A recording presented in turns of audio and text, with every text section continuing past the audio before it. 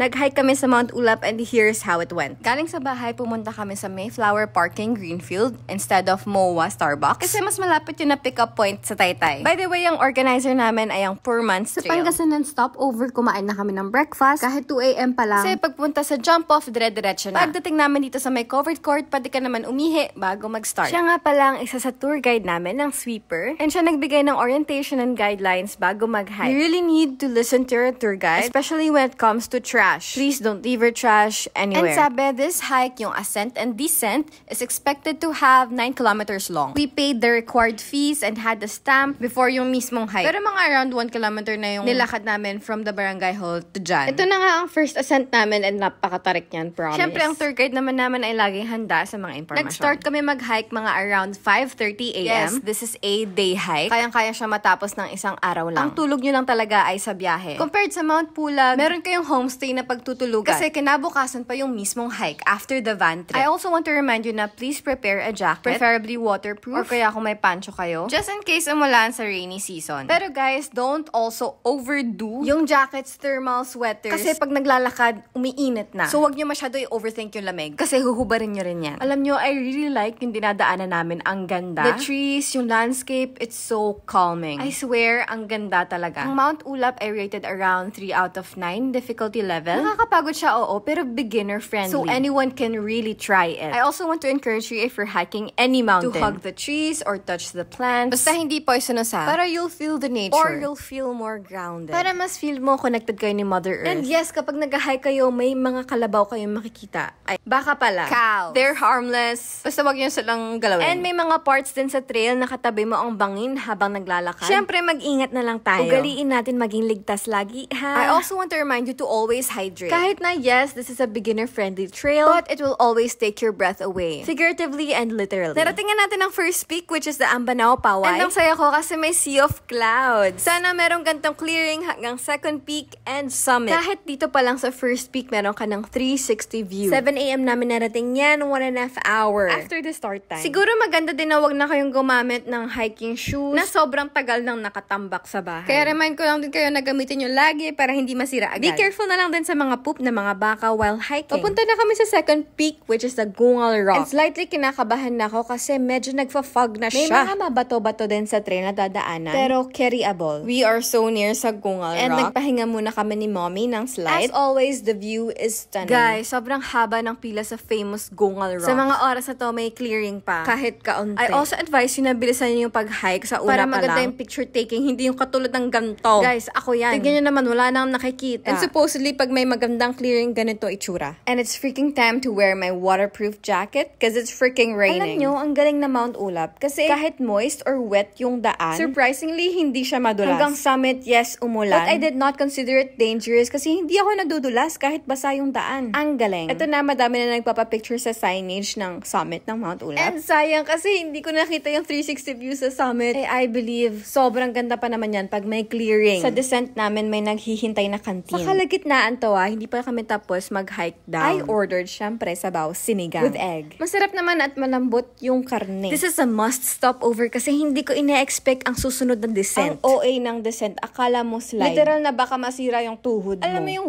1 kilometer down the hill straight line? Ganun ka-steep yung descent pababa. Kaya be careful lang din, especially kung may sakit-sakit na kayo sa tuhod or na-surgery na kayo. Tulad ko. At ayan, tuluyan na masira ang aking sapatos. Buto na lang may extra sandals yung nanay ko. Look at my friend Mika, sobrang basa na niya. Because it was raining all throughout from summit pa lang. Pag nakakakita na kayo or nakakadaan na kayo ng hanging bridge, it means malapit na ang endpoint nyo. Congrats! We finished Mount Ulap. See you sa next hike!